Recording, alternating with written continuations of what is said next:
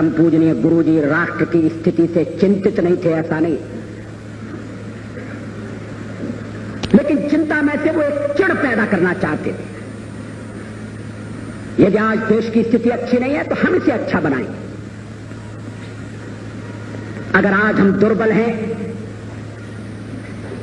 अगर आज हम अभाव से ग्रस्त हैं, अगर भारत माता का कोई भी पुत्र या पुत्री सम्मान से, समृद्धि से जीवन यापन करने की क्षमता नहीं रखता, तो ये हमारे लिए चुनौती है और हम इस चुनौती का सामना करके भारत के भाग्य को बदलेंगे। उनकी चिंता में से ये संकल्प पैदा होता। बार बार मेरी आंखों के आगे वो आखिरी दिन का चित्र उपस्थित हो जाता है। शायद इस भारी भीड़ में मैं ऐसा भागा व्यक्ति हूं जो प्रातःकाल 5 जून का प्रातःकाल उनसे मिला था। हम लोग रात्रि भर आदिलाबाद से कार्क से यात्रा करके हेडगेवार भवन पहुंचे थे। इच्छा थी परम पूजनीय जी के दर्शन कर लें। वो संध्या वंदन करके बैठे थे। संध्या का क्रम कभी नहीं रुका। संघ की प्रार्थना प्रतिदिन करने का नियम कभी नहीं टूटा। और संध्या के बाद मिलने वाले लोग, हम लोग पहुंचे तो वही भुवन मोहिनी मुस्कान, हृदय का हरण करने वाली, तापों का निवारण करने वाली।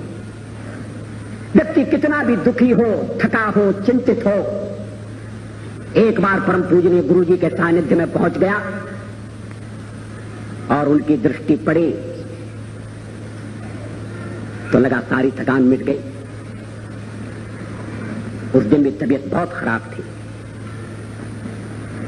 उन्हें देखने वाला हर व्यक्ति नहीं समझ सकता था, मगर कुछ लोग समझ सकते थे। डॉक्टर आबाजी थत्ते मौजूद थे, लेकिन उन्होंने सबसे परिचय प्राप्त किया। आदिलाबाद से आए हैं, ये कौन है? अच्छा, वहां मुलाकात हुई थी, मैं तुम्हारे घर पर ठहरा था। इकबाल स्वयं सेवक का नाम क्या है? हम लोग जनसंघ के कार्यकर्ता थे। कैसा कार्यक्रम हुआ?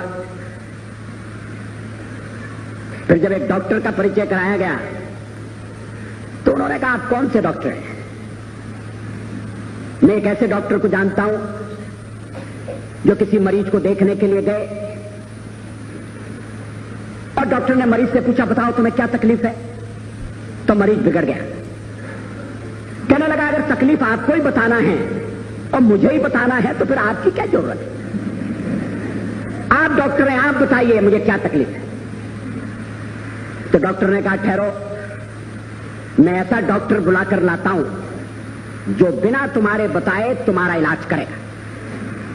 और वो डॉक्टर बाहर निकलकर एक वेटरनरी सर्जन को बुलाकर ले आए, एक जानवरों के डॉक्टर को बुलाकर ले आए। कहने लगे कि ये तुम्हारा इलाज कर सकते हैं, इनके मरीज को कुछ बताने की जरूरत नहीं पड़ती, ये स्वयं सब कुछ समझ लेते हैं। तो फिर उन्होंने जो हमारे साथ डॉक्टर थे उनसे पूछा, आप कौन से डॉक्टर हैं? ये विनोद था, वो जानते थे वो डॉक्टर कौन है। मगर मृत्यु दरवाजे पर खड़ी थी, शरीर साथ छोड़ रहा था, संसार के बंधन एक एक करके टूट रहे थे। परम पूजनीय गुरु जी जानते थे अंतिम बुलावा आ गया है। प्रातःकाल उन्होंने कहा था, घंटी बज रही है। For whom the bell toll, ये घंटी किसके लिए बजती है? लेकिन स्वयं सेवक आ गए तो मरण को भी मानो एक तरफ रख दिया, पीड़ा को पी गए, शरीर की व्यथा को भूल गए और स्वयंसेवकों के साथ हंसी, विनोद, परिचय, चाय लाओ। चाय भी उनके लिए एक लोक संग्रह का साधन थी। उन्हें यह भी स्मरण था कौन चाय पीता है, कौन नहीं पीता। मेरे पेट में तकलीफ थी, मैंने चाय पीना बंद कर दिया था। ऑपरेशन के बाद मैं पीने लगा। मगर उन्हें स्मरण था कि ये चाय नहीं पीता है। कहने लगे नहीं अटल चाय नहीं पीता, दूध लाओ। मैंने कहा पीना शुरू कर दिया।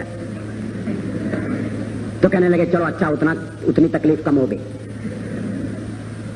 और बाल स्वयंसेवकों से परिचय, नाम मुझे एक क्षण के लिए गा, एक क्षण के लिए, कि मानो शूलों की शैया पर भीष्म पितामह विराजमान है। एक क्षण के लिए, क्योंकि दूसरे क्षण विचार आया कि भीष्म पितामह न्याय के पक्ष में थे, मगर ये तेजस्वी, ये तपस्वी व्यक्ति, ये हरदम धर्म के लिए लड़ा, इसने हरदम न्याय के लिए संघर्ष किया, ये कभी कौरवों के पक्ष में नहीं था।